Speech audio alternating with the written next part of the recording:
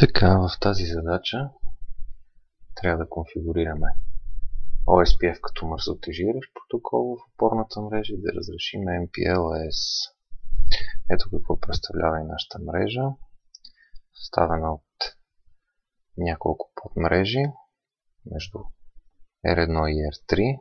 Това е мрежата 172.16.113, между R3 и R4 172.16.134 и между R4 и R2 мрежата е 172.16.124. Да видим сега какво се случва във всеки един от рутерите.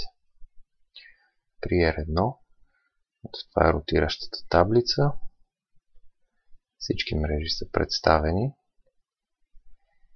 И ето MPLS таговете. Имаме два тага в случая, 16 и таг 17.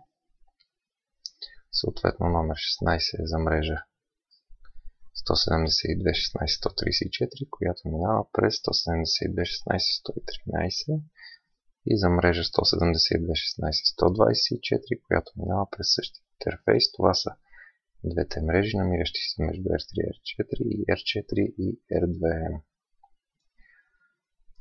При R3 отново имаме двата тага 16 и 17.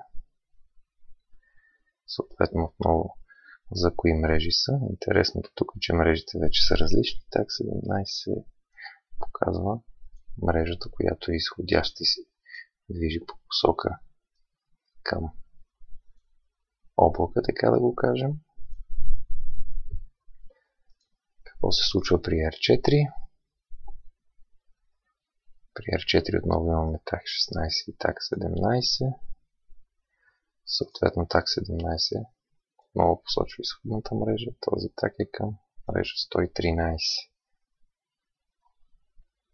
Интересното при R2 е, че вече имаме так с номер 18, който сочи изходящата мрежа, през кой интерфейс излиза, и останалите две мрежи, през които преминава съответно с тагове 17 и 16.